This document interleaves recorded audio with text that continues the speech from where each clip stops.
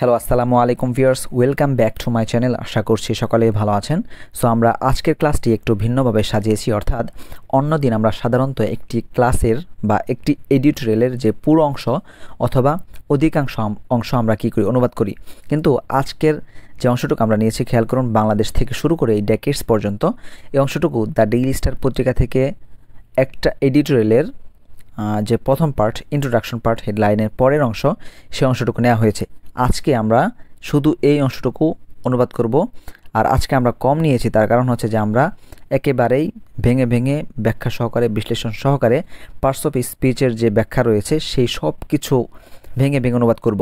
কারণ হচ্ছে যে আপনারা জানেন যে আপনার রিডিং স্কিল যদি আপনি একটু ইমপ্রুভ করতে চান, রিডিংয়ের দুর্বলতা যদি কাটাতে চান, তাহলে কিন্তু আপনার পার্টস অফ স্পিচ সম্পর্কে একদম ক্লিয়ার ধারণা থাকতে হবে, প্রথম কথা।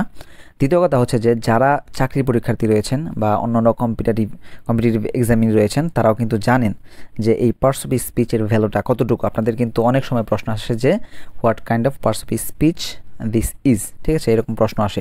সো পার্টস অফ স্পিচ নিয়ে যে বেসিক একটা ধারণা, সেটা হচ্ছে যে অনেকে হয়তো শুনেছেন বা অনেকে শুনেননি, সেটা হচ্ছে যে ফাংশন ইউনিট এবং ফর্ম ইউনিট। অর্থাৎ বাক্যে যে প্রত্যেকটা শব্দ দেখতে পান, যে Bangladesh may have been the first country in the world, ঠিক আছে, এই যে বাক্যে প্রত্যেকটা শব্দ দেখতে পাচ্ছেন, এই প্রত্যেকটা শব্দের দুটি ভাগ থাকে, অর্থাৎ ফর্ম ইউনিট এবং ফাংশন ইউনিট। এখন ফর্ম ইউনিট কি এবং ফাংশন ইউনিট কি সেটা বোঝানোর জন্য আপনাদেরকে একটা উদাহরণ দিতে পারি। সেটা হচ্ছে যে খেয়াল করুন, বিষয়টি একটু সেন্স দিয়ে বোঝার চেষ্টা করুন। এই যে আমাদের একটা জগৎ, ঠিক আছে, এই জগতে কত প্রকারের পদার্থ রয়েছে, কত রকমের জিনিস রয়েছে, ঠিক আছে। একটা জিনিসকে আমরা যদি তার জায়গা পরিবর্তন করি, ঠিক আছে, তখনই কিন্তু আমরা সেটার নামও পরিবর্তন করি। যেমন কাঠ দিয়ে বোঝানো যেতে পারে, ঠিক আছে। কাঠের যে সর্বপ্রথম অবস্থা সেটা কি? সেটা হচ্ছে গাছ। গাছ যখন দাঁড়িয়ে থাকে, তার উপর ডাল থাকে, পাতা থাকে, তখন সেটাকে আমরা গাছ বলি, তখন কিন্তু কাঠ বলি না। কিন্তু যখন ওই গাছটাকেই কেটে ফেলা হয়, টুকরো টুকরো করা হয়, তখন সেটাকে আমরা বলি কাঠ। আবার সেম কাঠকেই যখন সেটার উপর কাজ করে কি করা হয়, দরজা তৈরি করা হয়, সেটাকে তখন আমরা কাঠ বলি না, তখন সেটাকে দরজা বলি। আবার সেম কাঠকেই যখন খাট তৈরি করা হয়, তখন সেটাকে কাঠ না বলে আমরা খাট বলি। আবার এই কাঠ দিয়ে যখন কাগজ তৈরি করা হয়, সেটাকে কাগজ বলি। আবার কাগজকে যখন আমরা অন্যভাবে ব্যবহার করি, টাকা হিসেবে ব্যবহার করি, সেটাকে কিন্তু আমরা কারেন্সি বা টাকা বলি। দেখুন, একটা জিনিসই কিন্তু জায়গা ভেদে তার নাম পরিবর্তন করছে, তার কাজ বা তার ভূমিকা সেগুলো কিন্তু একটু পরপর ইমপ্রুভ করছে, ঠিক আছে। তেমনি এই যে ইংরেজি ভাষা, ঠিক আছে, ইংরেজি ভাষার একটা জগৎ, এই জগতে অনেক প্রকার শব্দ রয়েছে, হাজার হাজার লক্ষ লক্ষ কোটি কোটি শব্দ রয়েছে, কিন্তু এগুলো যখন বাক্যে আসে তখন সেগুলোর নাম পরিবর্তন হয় এবং সেগুলো একটা কাজ রাখে, তার একটা ভূমিকা, তার একটা ফাংশন থাকে, ঠিক আছে। যেমন এই যে আমরা একজন ব্যক্তি আমরা কারো বাবা, কারো স্বামী, কারো সন্তান, ঠিক আছে। এই জায়গা ভেদে আমাদের যেমন ভূমিকা পরিবর্তন হয়, তেমনি এই ইংরেজি শব্দগুলো কিন্তু তার ভূমিকা পরিবর্তন করে, ঠিক আছে।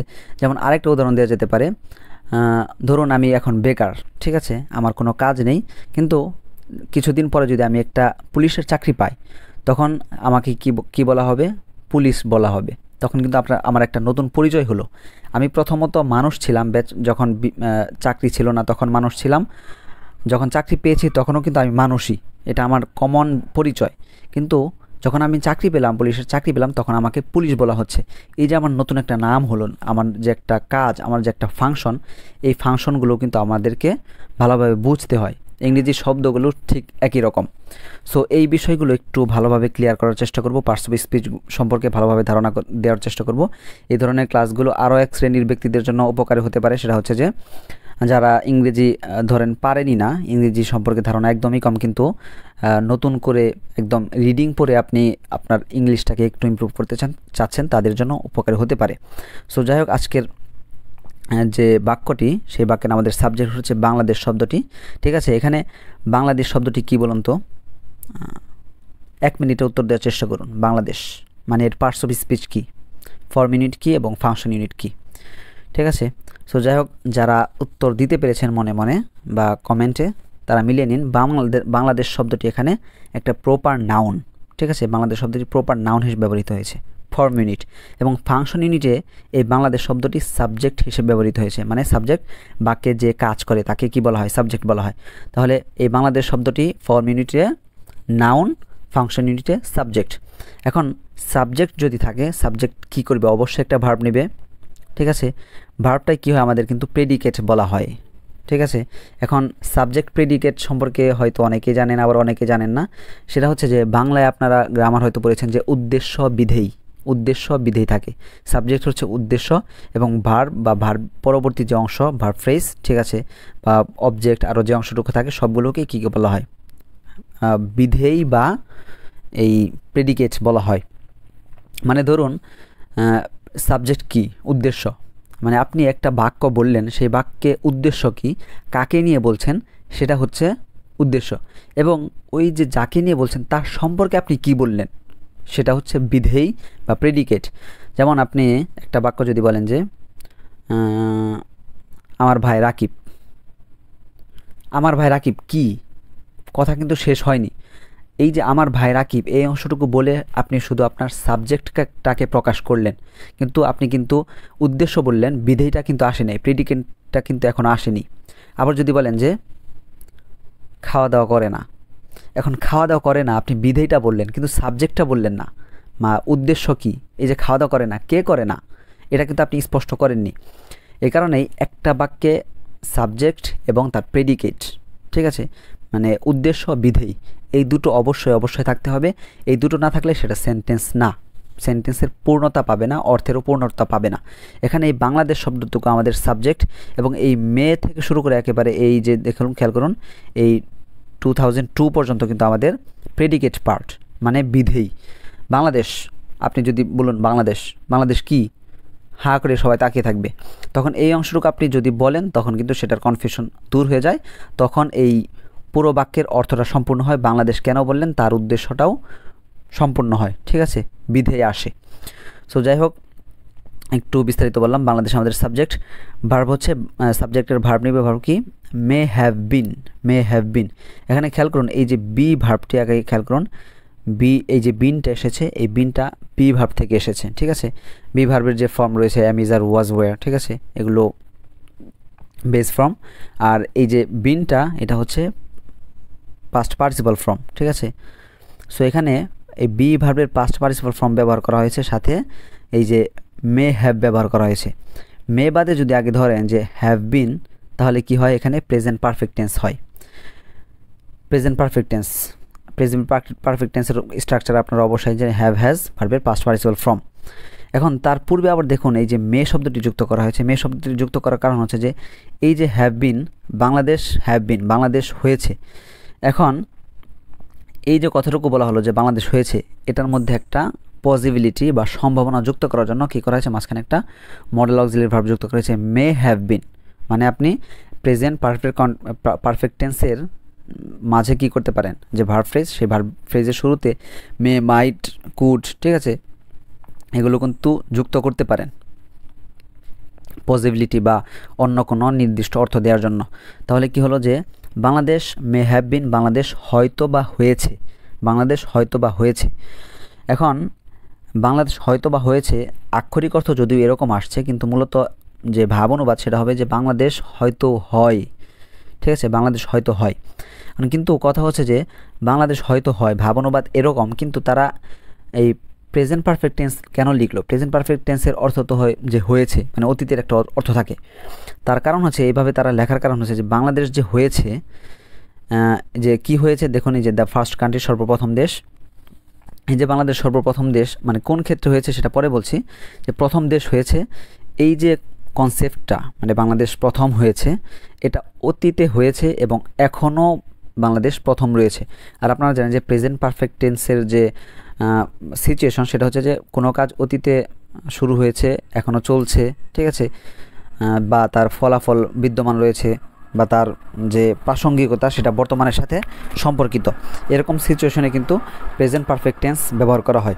এই কারণেই এই যে বাংলাদেশ প্রথম হয়েছে, সেই যে একটা বাংলাদেশ প্রথম হওয়ার বিষয়টি যে অতীতে হয়েছে, এখনও রয়েছে, এই কনসেপ্টটা ধরে রাখার জন্য তারাকে মে হ্যাভ বিন লিখেছে। তারা কিন্তু বাংলাদেশ ইজ লিখতে পারতো বা বাংলাদেশ ওয়াজ লিখতে পারতো, কিন্তু ইজ লিখলে হতো যে এখন, বাংলাদেশ হয়, এখন হয়, শুধুমাত্র হয়। ওয়াজ লিখলো ছিল, লিখলে বলা হতো যে ছিল, কিন্তু হ্যাভ বিন এটা দেওয়ার মাধ্যমে কি করছে তারা, যে বাংলাদেশ আগেও হয়তো হয়েছে, এখনও হয়তো প্রথমেই রয়েছে এরকম। আর মে দিয়ে হয়তো তাদের মধ্যে একটা সন্দেহ রয়েছে, এই সন্দেহটা প্রকাশ করেছে মে হ্যাভ বিন। বাংলাদেশ হয়তো হয় বা হয়েছে, কি হয়েছে, দ্য ফার্স্ট কান্ট্রি, সর্বপ্রথম কান্ট্রি কোথায় হয়েছে, ইন দ্য ওয়ার্ল্ড, সারা বিশ্বে।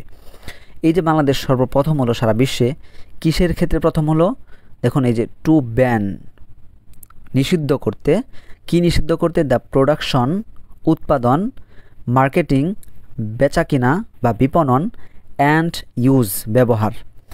এখন খেয়াল করুন এই যে ইউজের পরে দেখুন অফ পলিথিন, এটা কিন্তু আমাদের প্রিপোজিশনাল ফ্রেজ, যেটা মডিফাই করছে এই দ্য প্রোডাকশন, মার্কেটিং অ্যান্ড ইউজকে।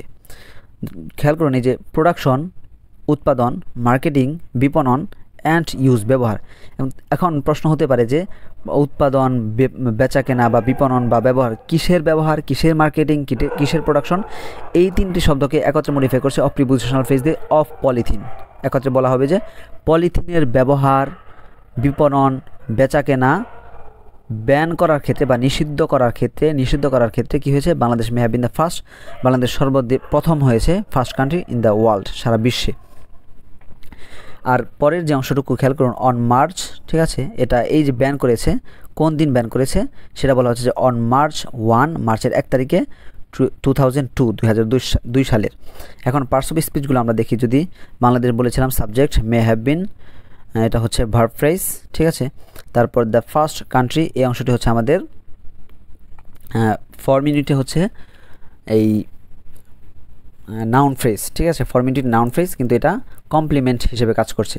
এখন কমপ্লিমেন্ট কি, কমপ্লিমেন্ট হচ্ছে যে শব্দটি বা যে ফ্রেজটি কোনো বিষয়ের পরিপূর্ণতা দেয়, পরিপূরক হয়। এখন দেখুন এই যে বাংলাদেশ প্রথম হয়, বাংলাদেশ প্রথম হয়েছে, না সরি, প্রথম এই অংশটুকু অনুবাদ হবে না, যে বাংলাদেশ হয়েছে বা বাংলাদেশ হয়। এখন বাংলাদেশ হয়, বাংলাদেশ কি হয়, বাংলাদেশ কি হয়েছে, অর্থ কিন্তু পরিপূর্ণতা আসছে না।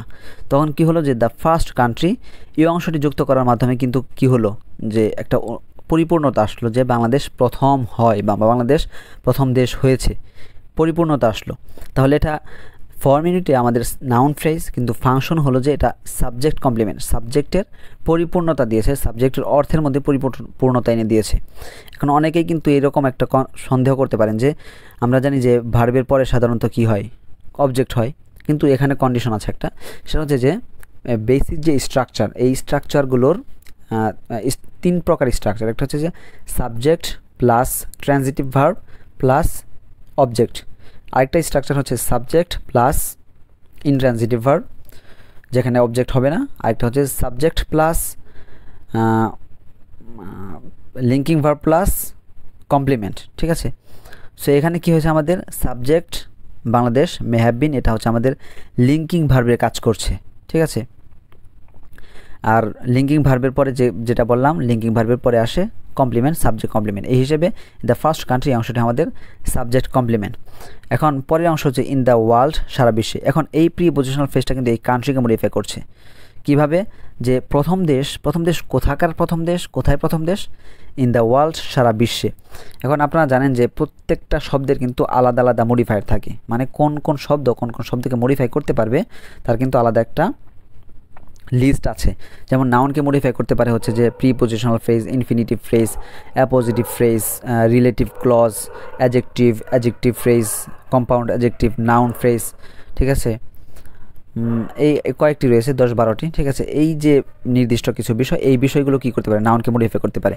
সেই হিসেবে যখন নাউনকে মডিফাই করবে, সেটা যে ফ্রেজই হোক না কেন, নাউনকে মডিফাই করলে তখন সেটাকে বলা হবে অ্যাডজেক্টিভ, মানে সেটা যে ফ্রেজই হোক সেটা হবে তার ফর্মিনিট, কিন্তু সেটা যদি যে ফাংশনে কাজ করবে, যাকে মডিফাই করবে তার উপর নির্ভর করবে যে তার ফাংশনটা কি, তার কাজটা কি, তার নতুন নামটা কি। যেমন এখানে ইন দ্য ওয়ার্ল্ড, এটা কিন্তু একটা প্রিপোজিশনাল ফ্রেজ, ঠিক আছে, কিন্তু এই প্রিপোজিশনাল ফ্রেজের কাজটা কি, কাজটা হচ্ছে এই কান্ট্রিকে মডিফাই করা। আর কান্ট্রিটা নাউন, যেহেতু এটা নাউনকে মডিফাই করছে, এটা হবে অ্যাডজেক্টিভ মডিফায়ার, মানে অ্যাডজেক্টিভের মতো করে কাজ করছে, অ্যাডজেক্টিভ মডিফায়ার মানে অ্যাডজেক্টিভ এক কথায়। তারপরে অংশ হচ্ছে এই যে টু ব্যান, ঠিক আছে, এটা কিন্তু ইনফিনিটিভ ফ্রেজ, এই নিষিদ্ধ করার ক্ষেত্রে।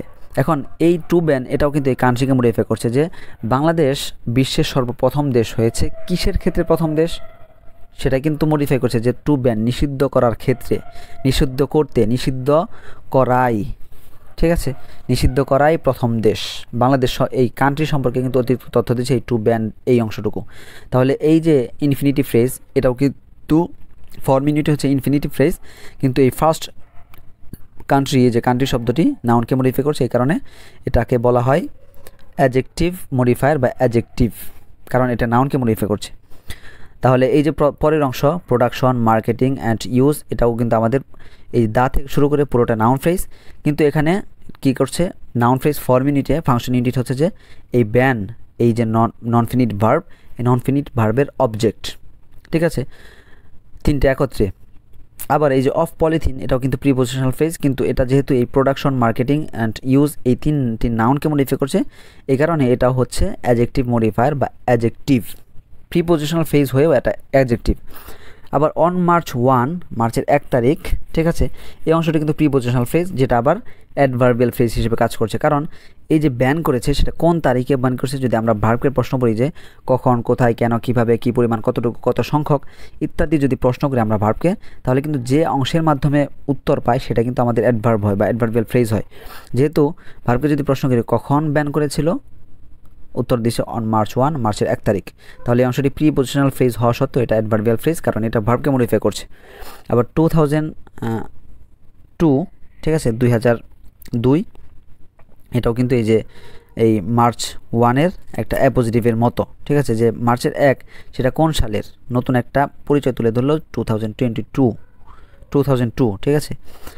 এখন খেয়াল করুন এই যে মার্চ এটা কিন্তু একটা নাউন, এবং 1 শব্দটি হচ্ছে অর্ডিনাল নাম্বার। নাম্বারের কিন্তু 3 প্রকার, এটা হচ্ছে কার্ডিনাল, ঠিক আছে, কার্ডিনাল, অর্ডিনাল, মাল্টিপ্লিকেটিভ, ঠিক আছে। কার্ডিনাল নাম্বার হচ্ছে যে 1 2 3 4 5 6, ঠিক আছে, এগুলো হচ্ছে কার্ডিনাল। অর্ডিনাল হচ্ছে যে first, second, third, fourth, fifth, এগুলো হচ্ছে অর্ডিনাল। আর মাল্টিপ্লিকেটিভ মানে হচ্ছে যে সিঙ্গেল, ডাবল, ঠিক আছে, 3 ফোল্ড, 4 ফোল্ড, ঠিক আছে, এরকম, এগুলো হচ্ছে মাল্টিপ্লিকেটিভ। তাহলে এখানে এই যে 1 শব্দটি এটা কিন্তু একটা নাম্বার এবং এটা কার্ডিনাল নাম্বার, আর নাম্বারগুলো কি হয় অ্যাডজেক্টিভ হিসেবে ব্যবহৃত হয়। তেমনি এই 1 শব্দটি কি করছে, লেটারটি এই মার্চ শব্দটিকে, মার্চ নাউনকে মডিফাই করছে পোস্ট মডিফায়ার হিসেবে অ্যাডজেক্টিভের মতো করে, যে মার্চ কোন দিন, মার্চ 1, মার্চের 1 তারিখ। আবার এই অংশটুকু হচ্ছে যে 2002, এটাও কিন্তু একটা নাম্বার, ঠিক আছে, কার্ডিনাল নাম্বার, যেটা একটা সিঙ্গেল অ্যাডজেক্টিভ হিসেবে বিবেচিত এবং এটা অ্যাপোজিটিভের স্থানে ব্যবহৃত হয়েছে। যেহেতু এটা অ্যাপোজিটিভ স্থানে ব্যবহৃত হয়েছে আর অ্যাপোজিটিভের স্থানে সাধারণত নাউন আসে, এ কারণে এটা কার্ডিনাল নাম্বার অ্যাডজেক্টিভ হওয়া সত্ত্বেও এটা নাউন ফ্রেজ, যে নাউন ফ্রেজটা এই মার্চ 1 এই নাউন ফ্রেজকে মডিফাই করছে। আশা করি বুঝতে পেরেছেন। তারপরের অংশ হচ্ছে যে বাট, তবে, ফ্রাস্ট্রেটিংলি, দুঃখজনকভাবে, ইটস পায়োনিয়ারিং অ্যাটেম্পটস, ইটস দিয়ে মডিফাই করছে যে এই যে বাংলাদেশ, মানে ইটস যে প্রোনাউন, এই প্রোনাউনের অ্যান্টিসিডেন্ট হচ্ছে বাংলাদেশ, মানে বাংলাদেশের, ঠিক আছে। পায়োনিয়ারিং মানে কি, পায়োনিয়ার অর্থ হচ্ছে যে কোনো কাজে সর্বপ্রথম হওয়া, কোনো কাজ সর্বপ্রথম করা, ঠিক আছে, কোনো কিছুতে অগ্রগামী হওয়া। এই কারণে এই পায়োনিয়ারিং অর্থ হচ্ছে যে অগ্রগামী, এরকম, ঠিক আছে। সো পায়োনিয়ারিং কি, অ্যাটেম্পটস, প্রচেষ্টা। এখানে খেয়াল করুন এই যে পায়োনিয়ারিং এটা কিন্তু ভার্বের প্রেজেন্ট পার্টিসিপাল ফর্ম, যেটা এই অ্যাটেম্পটস শব্দটিকে মডিফাই করছে, যে চেষ্টা, অ্যাটেম্পটস, চেষ্টা, কেমন চেষ্টা, পায়োনিয়ারিং অ্যাটেম্পটস, অগ্রগামী চেষ্টা। এখানেও খেয়াল করুন এই পায়োনিয়ারিং শব্দটি ভার্বের প্রেজেন্ট পার্টিসিপাল ফর্ম, যেটা এখানে অ্যাডজেক্টিভ হিসেবে কাজ করছে। কি কারণে, এই অ্যাটেম্পটস এটা নাউন, যেহেতু এটা নাউনকে মডিফাই করছে এই কারণে এটা হবে অ্যাডজেক্টিভ। আবার ইটস এটাও কিন্তু একটা পজিটিভ প্রোনাউন, কিন্তু এই প্রোনাউন যেহেতু এই পায়োনিয়ারিং অ্যাটেম্পটস এই নাউন ফ্রেজকে মডিফাই করছে, যে পায়োনিয়ারিং অ্যাটেম্পটস, অগ্রগামী প্রচেষ্টা। কার প্রচেষ্টা, ইটস পায়োনিয়ারিং অ্যাটেম্পটস, এটা কিন্তু একটা নির্দিষ্ট হলো। এই কারণে এই ইটস শব্দটিও একটা অ্যাডজেক্টিভ, মানে প্রোনোমিনাল অ্যাডজেক্টিভ বলা হয়। সেই হিসেবে এই ইটস শব্দটি কী করছে, এই পায়োনিয়ারিং অ্যাটেম্পটস এই নাউন ফ্রেজকে আবার মডিফাই করছে। একত্রে পুরোটা মিলে কিন্তু আবার একটা noun phrase, it's pioneering attempts, এটা কিন্তু আবার পুরোটা নাউন ফ্রেজ। কারণ কি, আপনারা জানেন যে একটা ফ্রেজের মধ্যে একটা হেডওয়ার্ড থাকে, যে হেডওয়ার্ডকে কেন্দ্র করে তার আগে পরে মডিফায়ার আনা হয়। এখানে অ্যাটেম্পট শব্দটি কিন্তু আমাদের মূল শব্দ ঠিক আছে, যেটাকে কেন্দ্র করে পায়োনিয়ারিং এসেছে, আবার এই দুটোকে কেন্দ্র করে আবার ইটস এসেছে। এই কারণে হেডওয়ার্ডটা যেহেতু আমাদের নাউন, এই কারণে পুরোটা হবে নাউন ফ্রেজ। ঠিক আছে, আশা করি বুঝতে পেরেছেন। অর্থ হলো যে ইটস পায়োনিয়ারিং অ্যাটেম্পটস, বাংলাদেশের অগ্রগামী প্রচেষ্টা। এখন এই যে প্রচেষ্টা, কেন প্রচেষ্টা, কিসের প্রচেষ্টা, সেটাকে কিন্তু মডিফাই করছে আবার ইনফিনিটিভ দিয়ে, যে টু কার্ভ পলিথিন। কার্ভ মানে হচ্ছে প্রতিরোধ করা, টু কার্ভ প্রতিরোধ করতে। কি প্রতিরোধ করতে? অবজেক্ট হচ্ছে পলিথিন। সো পলিথিন প্রতিরোধ করতে বা করার, খেয়াল করুন এখানে এই যে ইনফিনিটিভ দেখতে পাচ্ছেন, এটাও কিন্তু এই অ্যাটেম্পটসকে মডিফাই করছে। যে প্রচেষ্টা, কিসের প্রচেষ্টা? প্রচেষ্টা হচ্ছে টু কার্ভ পলিথিন ইউজ। ঠিক আছে, to curb polythene use, polythene ব্যবহার প্রতিরোধের প্রচেষ্টা। কেমন প্রচেষ্টা? Pioneering attempts. তাহলে এই পর্যন্ত আমাদের অর্থ কী হবে? যে পলিথিন ব্যবহার প্রতিরোধের অগ্রগামী প্রচেষ্টা, এই অংশটি আমাদের পুরোটা হচ্ছে নাউন ফ্রেজ, যেটা বাক্যে সাবজেক্ট হিসেবে কাজ করছে। নাউন ফ্রেজ কী হিসেবে? ফর্ম ইউনিটে, এবং ফাংশন ইউনিটে এটা হচ্ছে সাবজেক্ট। এখন আপনারা জানেন সাবজেক্টের একটা ভার্ব নেবে, ভার্বটা কি? সিমস। এখানে দেখুন সিমস ভার্বটি এসেছে। সিমসটা বি ভার্ব হিসেবে ব্যবহৃত হয়। আর বি ভার্ব আপনি কীভাবে বুঝবেন? বি ভার্বকে যখন আপনি ইজ দিয়ে রিপ্লেস করবেন, যখন অর্থটা একই রকম থাকবে, তখন বুঝবেন যে এরা আসলে বি ভার্ব হিসেবে ব্যবহৃত হয়েছে। আর এই সিম ভার্বের যে একটু ভিন্নতা রয়েছে, সেটা আমি আপনাদেরকে দেখানোর চেষ্টা করছি। সেটা হচ্ছে যে সাধারণত একটা বাক্যের একটা এই ভার্বের অ্যাক্টিভ অর্থ থাকে, কিন্তু এই সিম ভার্বের ক্ষেত্রে একটু প্যাসিভ অর্থ থাকে। যেমন যদি বলা হয় যে he seems to be honest, দেখুন এখানে হি সিমস, তাকে মনে হয়, টু বি অনেস্ট, সৎ বলে মনে হয়, তাকে সৎ বলে মনে হয়। এখানে আমরা সাধারণত কি করি? যে সাবজেক্টটা থাকে, সেই সাবজেক্ট কোনো কিছু করে, এরকম হয় যে হি সিমস, সে মনে করে, টু বি অনেস্ট, সৎ হয় বলে। কিন্তু এই সিম ভার্বের ক্ষেত্রে একটু ভিন্ন। সিম ভার্বের ক্ষেত্রে যে সাবজেক্টের স্থানে থাকে তাকে আমরা প্যাসিভের মতো অনুবাদ করি, এবং যে অবজেক্টের স্থানে থাকে, অবজেক্ট বলতে যে পরের অংশ থাকে, সেটাকে কিন্তু আমরা কি করি? একটু সাবজেক্টের মতো করে দেখি। যেমন এখানে হি সিমস অর্থ হচ্ছে যে তাকে মনে হয়, তাকে মনে হয়। সাধারণত কি হয়? যে সে মনে করে, কিন্তু এই সিম ভার্বের ক্ষেত্রে এরকম হয় যে তাকে মনে হয়, তাকে মনে হয় কি? টু বি অনেস্ট, সৎ বলে মনে হয়। আবার যে কার কাছে মনে হয়, মানে যে কাজটি করবে সেটা যদি বোঝাতে চান, তাহলে এরকম হয় যে ইট সিমস টু মি। এখানে খেয়াল করুন, ইট সিমস টু মি, আমার কাছে মনে হয়। এই যে ইট সিমস, এটাকে মনে হয়, টু মি, আমার নিকট এটাকে মনে হয়, মানে আমার কাছে এটা মনে হয়, মানে আমি মনে করি। যদিও এখানে দেখুন এই আমি মনে করি, মানে ইট সিম টু মি, আমার কাছে মনে হয় মানে কি? আমার কাছে মনে হয় মানে আমি মনে করি।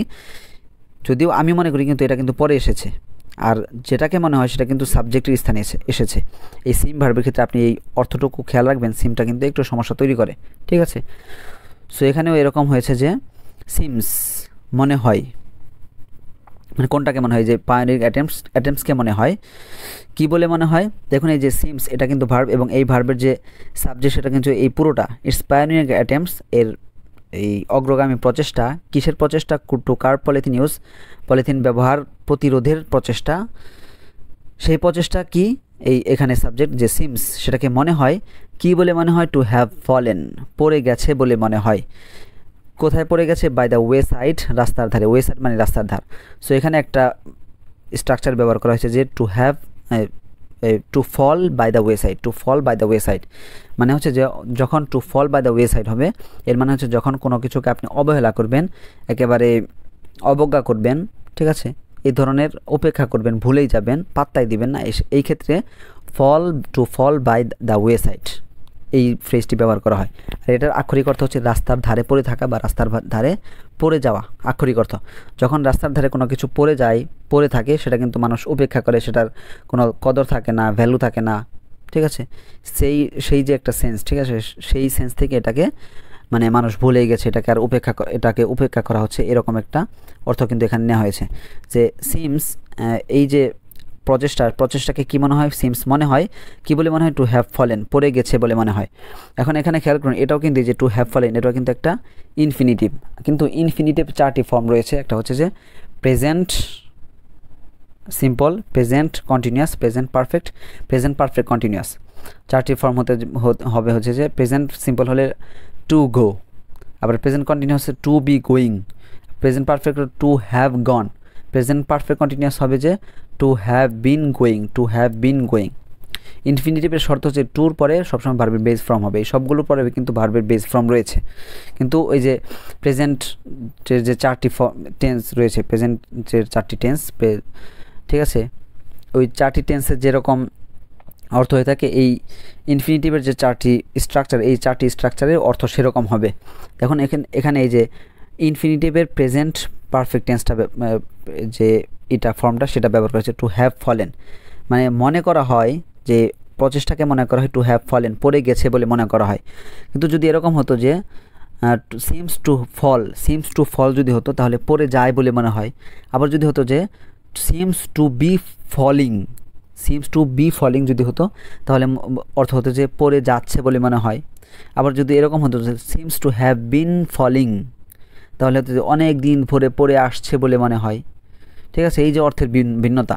সো সিমস টু হ্যাভ এই যে স্ট্রাকচারটা প্রেজেন্ট পারফেক্ট টেন্সের যে স্ট্রাকচার সেটা ব্যবহার করা হয়েছে অর্থ দেওয়ার জন্য হয়েছে বলে মনে করা হয়। ঠিক আছে, মানে টু হ্যাভ বলেন পড়ে গেছে, কোথায় পড়ে গেছে? বাই দ্য ওয়ে সাইড, রাস্তার ধারে পড়ে গেছে, মানে হলো যে উপেক্ষা করা হয়েছে, অবজ্ঞা করা হয়েছে, ভুলেই গেছে মানুষ। সো ভুলে গেছে বলে মনে করা হয়। কখন ভুলে গেছে? ওভার দ্য পাস্ট 2 decades, গত 2 বছর ধরে। তাহলে এখানে যদি আমরা পার্টস অফ স্পিচগুলো দেখি, ইটস পায়োনিয়ার অ্যাটেম্পটস এটুকু বলেছি, টু কার্ভ পলিথিন ইউজ এটুকু বলেছি, সিমস হচ্ছে আমাদের ভার্ব, মেন ভার্ব, ঠিক আছে, যেটা বি ভার্ব যেটা এখানে মেন ভার্ব হিসেবে কাজ করছে বা প্রেডিকেট হিসেবে কাজ করছে। টু হ্যাভ ফলেন এটা হচ্ছে আমাদের ইনফিনিটিভ ফ্রেজ, ঠিক আছে, যেটা এখানে কমপ্লিমেন্ট হিসেবে ব্যবহার করা হয়েছে। দেখুন এখানে এই যে টু হ্যাভ ফলেন এই ইনফিনিটিভ ফ্রেজটা কিন্তু এখানে কমপ্লিমেন্ট হিসেবে ব্যবহৃত হয়েছে। কারণ কিভাবে? যদি বলি যে অগ্রগামী ভূমিকাকে মনে করা হয়, কি মনে করা হয় সেটাই কিন্তু পরে আসছে। যেহেতু এখানে এই কি মনে করা হয় সাবজেক্টের একটা পরিপূর্ণতা দিচ্ছে অর্থের, এই কারণে এটা সাবজেক্ট কমপ্লিমেন্ট। তাহলে কি হলো? এখানে ইনফিনিটিভ ফ্রেজটাও কিন্তু আমাদের সাবজেক্ট কমপ্লিমেন্ট হিসেবে ব্যবহৃত হলো। So to have fallen by the way side, রাস্তার ধারে পড়ে গেছে, এখানে টু হ্যাভ ফলেন এটা হচ্ছে infinitive phrase, by the way side এটা হচ্ছে প্রিপোজিশনাল ফ্রেজ, যেটা এই হ্যাভ ফলেন এই যে ভার্বটি নন ফিনিট ভার্ব, এই নন ফিনিট ভার্বের অ্যাডভার্বিয়াল ফ্রেজ হিসেবে কাজ করছে। যে পড়ে গেছে, কোথায় পড়ে গেছে? বাই দ্য ওয়ে সাইড, রাস্তার ধারে। ওভার দ্য পাস্ট 2 decades, গত 2 দশক ধরে। এখানেও এটা প্রিপোজিশনাল ফ্রেজ হওয়ার আগে এই যে পাস্ট 2 decades এটাও কিন্তু নাউন ফ্রেজটা প্রিপোজিশনের শুরুতে একটা প্রিপোজিশন যুক্ত করার মাধ্যমে এটা হয়ে গেছে প্রিপোজিশনাল ফ্রেজ, যেটা আবার অ্যাডভার্বে কাজ করছে। এটা মানে ফর্ম ইউনিটে প্রিপোজিশনাল ফ্রেজ, ফাংশন ইউনিটে অ্যাডভার্বিয়াল ফ্রেজ। কারণ যদি ভার্বকে প্রশ্ন করে হ্যাভ ফলেন পড়ে গেছে, কখন পড়ে গেছে উত্তর দিচ্ছে ওভার দ্য পাস্ট 2 decades, গত 2 দশক ধরে, সেই হিসেবে এটা অ্যাডভার্বিয়াল ফ্রেজ। আশা করি বুঝতে পেরেছেন। সো আমরা এখানে একটু ভেঙে দেখব যে বাংলাদেশ মে হ্যাভ বিন, হয়তো বাংলাদেশি হচ্ছে, দ্য ফার্স্ট কান্ট্রি, সর্বপ্রথম দেশ, ইন দ্য ওয়ার্ল্ড, সারা বিশ্বে, to ban the production, marketing and use of polythene উৎপাদন, বিপণন এবং ব্যবহার নিষিদ্ধ করার ক্ষেত্রে, করতে বা করার জন্য, অন মার্চ 1, 2002, 2002 সালের মার্চের 1 তারিখে। বাট ফ্রাস্ট্রেটিংলি, তবে দুঃখজনকভাবে, ইটস পায়োনিয়ারিং অ্যাটেম্পটস, এর অগ্রগামী প্রচেষ্টা বা উদ্যোগ, টু কার্ভ, প্রতিরোধে, কি প্রতিরোধে? পলিথিন ইউজ, পলিথিন ব্যবহার, কি হয়েছে? সিমস টু হ্যাভ ফলেন, পড়ে গেছে বা পড়ে আছে বলে মনে হয়, বাই দ্য ওয়ে সাইড, রাস্তার ধারে, ওভার দ্য পাস্ট 2 decades, গত 2 দশক ধরে। এখানে একটু আক্ষরিক অনুবাদ করা হয়েছে। সো এটার যদি আমরা একটু সাজানো অনুবাদগুলো দেখি, দেখুন 3ভাবে লিখেছি আমি যে 2002 সালের 2 মার্চ পলিথিন উৎপাদন, বিপণন এবং ব্যবহার নিষিদ্ধ করার ক্ষেত্রে বাংলাদেশই হয়তো বিশ্বের সর্বপ্রথম দেশ, তবে দুঃখজনকভাবে পলিথিনের ব্যবহার রোধে এর অগ্রগামী প্রচেষ্টা গত 2 দশক ধরে উপেক্ষা করা হচ্ছে। আরেকটা অনুবাদ হচ্ছে যে বাংলাদেশই হয়তো প্রথম দেশ, যে দেশ 2002 এর 2 মার্চ পলিথিন উৎপাদন, বিপণন এবং ব্যবহার নিষিদ্ধ করেছিল, তবে গত 2 দশক ধরে পলিথিন ব্যবহার রোধের সেই অগ্রগামী প্রচেষ্টা মানুষ একেবারে যেন ভুলেই গেছে। আরেকটি অনুবাদ হচ্ছে যে 2002 এর 2 মার্চ সর্বপ্রথম হয়তো বাংলাদেশি পলিথিন উৎপাদন, বিপণন ও ব্যবহার বাংলাদেশেই পলিথিন উৎপাদন, বিপণন ও ব্যবহার নিষিদ্ধ করা হয়েছিল। তবে অত্যন্ত দুঃখের বিষয় হলো পলিথিন ব্যবহার প্রতিরোধের সেই অগ্রগামী উদ্যোগের বিষয়টি কেউ আর পাত্তাই দেয় না। সো এই ছিল আজকের আয়োজন, একটু বিস্তারিত ক্লাসগুলো। যাদের ভালো লাগে অবশ্যই চ্যানেলটি সাবস্ক্রাইব করবেন, বন্ধুদের মাঝে শেয়ার করবেন এবং কমেন্টে অবশ্যই জানাবেন যে আপনাদের কেমন লাগে। ঠিক আছে, আপনাদের ইন্টারেস্টের উপর ভিত্তি করে আমরা কিন্তু ভিডিও বানাই। ঠিক আছে, সো সকলে ভালো থাকবেন। ফি আমানিল্লাহ।